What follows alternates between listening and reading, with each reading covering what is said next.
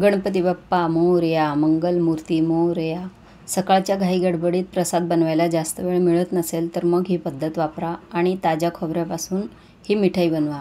त्यासाठी काजू, बदाम, पिस्ता तुपावर भाजून घ्या, मिक्सरला फिरवून घ्या. ओलं खोबरंही जरा जाडसर वाटून घ्या आणि तुपावर भाजून घ्या. त्यातच चमचाभर खसखस ही टाका. त्या पाठोपाठ दुधाची साय टाका आणि मिश्रण एकजीव करा. आता त्यात ड्रायफ्रूट पावडर, पिठी साखर आणि चिमूटभर केशरी रंग टाका.